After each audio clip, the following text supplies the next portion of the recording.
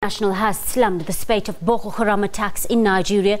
2,000 people were killed in Boko Haram's deadliest massacre. Well, Professor Hussein Solomon is a political lecturer at the University of the Free State, and we're live to him now in our Bloemfontein studios. Good afternoon, Prof, and thank you for your time on the PM News Desk. Good afternoon, and thanks for having me. Good. Well, strong European solidarity in the aftermath of the Paris terror attack. 3.7 million on the march yesterday. But in Africa, we have scores killed every week in acts of terror.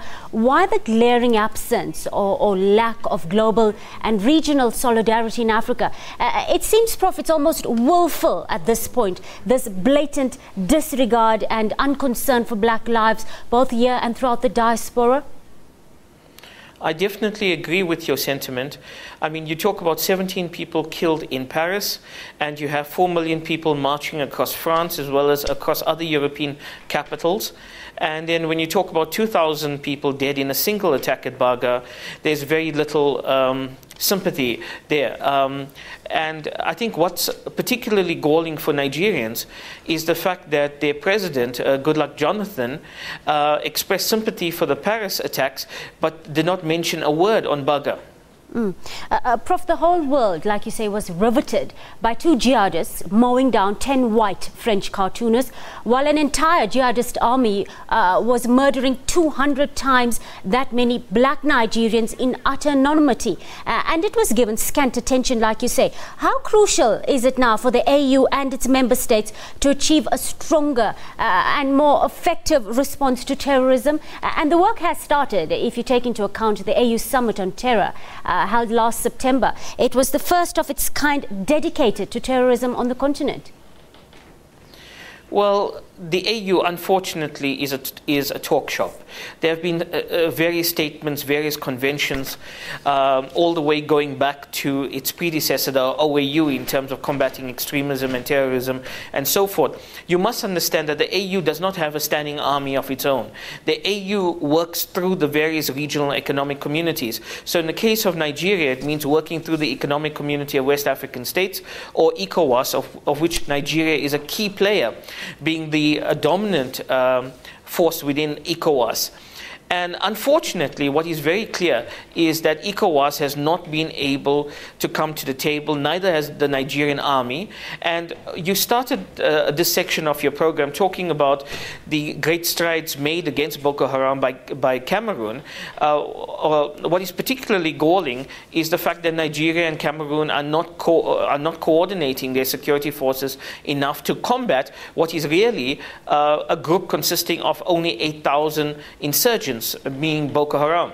Are you saying, Prof, would you say that the lack of a collective approach in dealing with terrorism has increased our continent's vulnerability? Absolutely. Look, the AU sets out the parameters for a continental approach, but African states are notorious for being ultra-protective when it comes to sovereignty. So even after the Chibok abduction of those girls, Nigeria, for instance, was now offered assistance from America to Britain, to France, to the UN, etc., and it did not take up those offers. Similarly, what you find right now is Nigeria preferring to go it alone, despite the fact that you have, since 2009, 13,000 dead Nigerians and 1.5 million Nigerians displaced as a result of violence by Boko Haram. Prof, it's just 5 weeks away from Nigeria's presidential elections. Goodluck Jonathan's government clearly humiliated here by the string of attacks. Are we likely to see this trigger even more bloodshed? The government has made no official comment on the alleged massacres, and President Jonathan skimmed security issues when he relaunched his election bid. That was in Lagos last Thursday. Yeah, look, unfortunately, I think you're going to see this intensify because there are large parts of the north who, whilst not sympathetic maybe to the violence of Boko Haram, do not want to see the domination of the south, bearing in mind that Goodluck is both Christian and a southerner.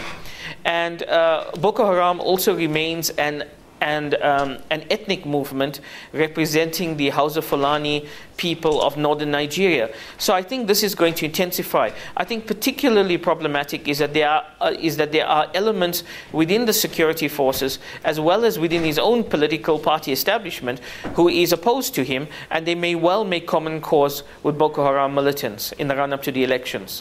Prof, there are challenges for African nations, though, battling terror on the continent. There is a difficulty when it comes to defining terrorism, and not all African countries have counter-terrorism laws which we need, which will make collaboration difficult at times. How does this impact on the fight against terror?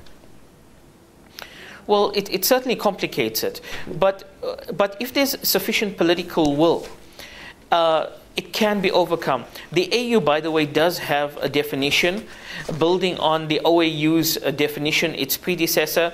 There have been various international legal norms, such as the UN Security Council Resolution 1373, which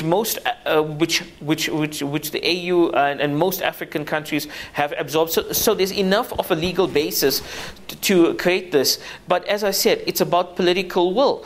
And one would imagine that when you have 1.5 million of your people displaced, when you have more than 2,000 people killed in a single attack, that should generate enough political will. But unfortunately, it seems to me the African political leadership does not seem to have much empathy or sympathy to their own citizens suffering the scourge of terrorism. Professor Hussein Solomon is a political lecturer at the University of the Free State. Thank you for your insight, Prof. Moving on.